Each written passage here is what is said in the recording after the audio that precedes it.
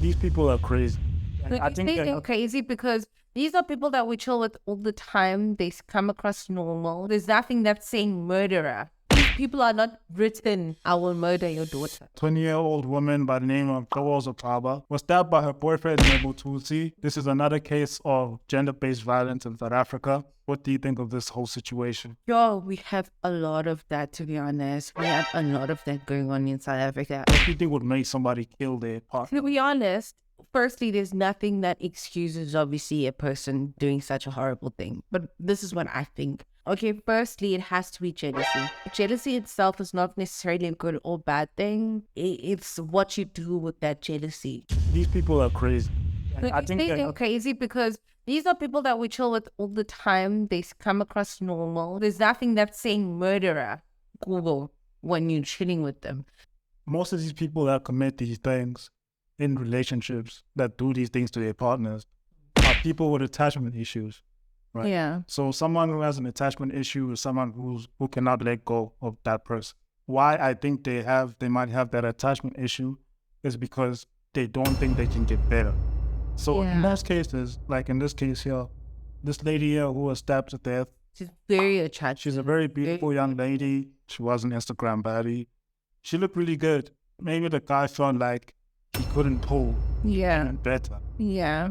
So then he probably developed this mentality that, no, I need to keep this. Yeah. I don't want to fumble this baddie. So he probably fumbled her, and he knows that he couldn't pull better. In his mind, he's thinking, if he couldn't have her, then nobody could. How do I protect myself from a person like that, for instance? Going to the police is not going to do anything because the police are going to say that this guy hasn't done anything to you yet, so we can't do anything. Usually, our police are reactive rather than proactive and protecting you from this situation. So first of all, this is all theory, and it's easy to talk looking from the outside.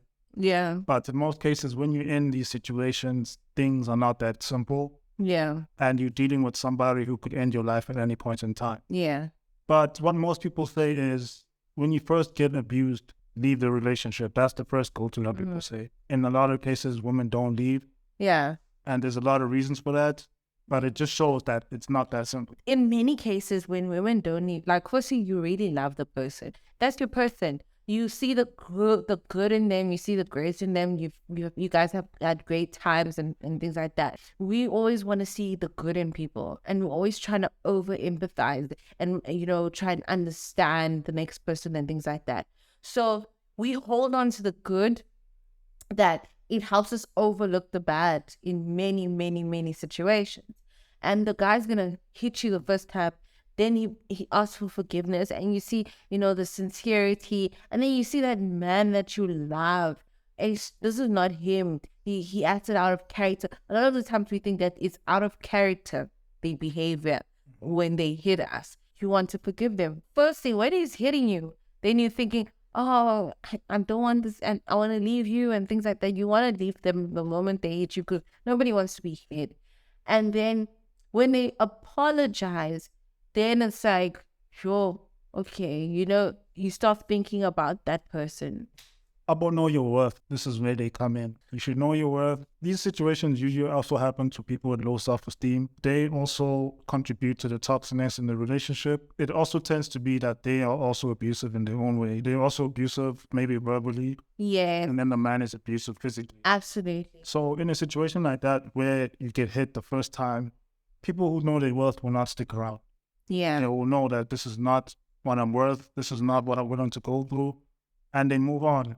But then people with low self-esteem will obviously make those excuses and find reason to stay in the relationship. Sometimes the guilt of the person that they want to stay in the situation, that because they know, they also think like, who else is going to tolerate me? They understand there's toxicity at times. Like, okay, I do have a tendency of being pretty tough. A regular guy won't accept this. Then boom, here comes Prince Charming, he tolerates my words and everything. Like, sometimes I can get really ugly with the things that I say. That guilt as well, that sort of traps you in that situation, because now you're comfortable. Usually in these relationships, abuse is normalized.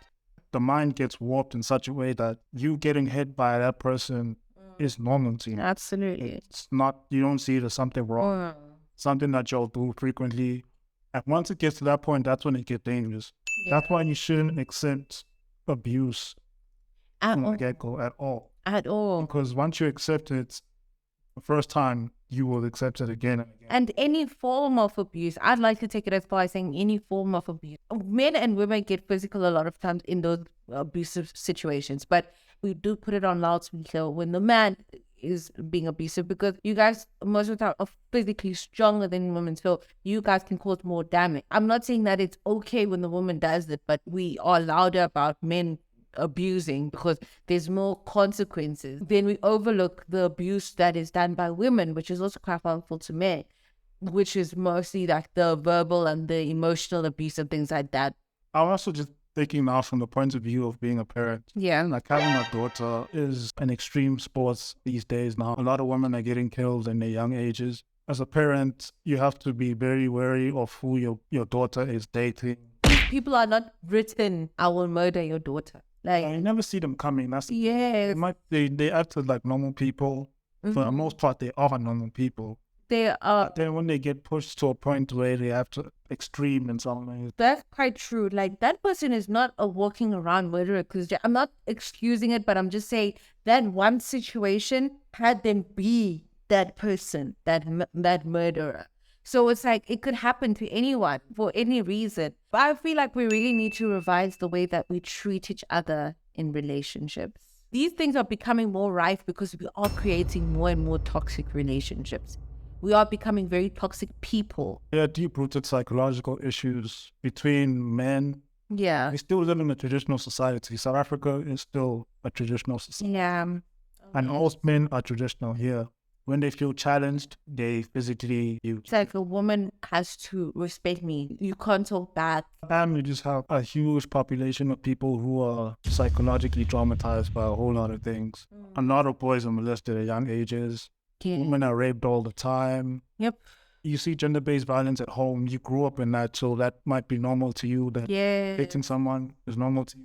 Even if you might think that it is wrong, sometimes those things just have a way of psychologically just playing themselves out in your future self. I think it's a deep-rooted issue in society, in our society in particular, Yeah. where a lot of young people go through these traumatic experiences and then they have to go and date people and they haven't gone over their traumas and they take them into their relationships. And then now you have a bunch of toxic and needy people that end up doing these kind of things when things don't go their way. So, in conclusion, firstly, I'd like to say rest in peace to Ndogozo. It's really, really sad hearing these news. We really need to have some serious conversations about what is healthy, what is a healthy relationship, how do we have healthy relationships. You as a person need to check yourself first. Yeah. If you've been through trauma, go get therapy, go get help. Yeah. Sort yourself off first before Absolutely. you go into a relationship with someone else who could be perfectly fine, but you're the one who's damaged. And then you bring that damage into a relationship. And then when things go south, you do these extreme things. So just check yourself first. And most importantly, if you are in a relationship and things go bad and you'll start mistreating each other, you'll start abusing each other. It ain't it.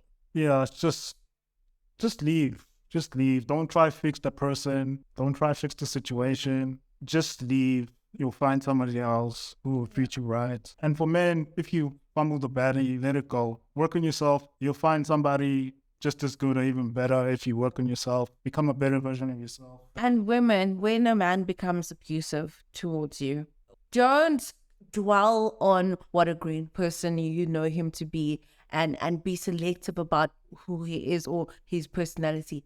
That abusiveness is part of his personality. Don't cut that out and think, oh, it was a momentary thing. So let's talk about it. Let's have a discussion in the comments. Any experiences that you've had, whether it was with an abusive lover or somebody that you know that has been in a similar situation. Don't forget to like, subscribe if you're new. And keep watching. I'll see you in the next one. Bye.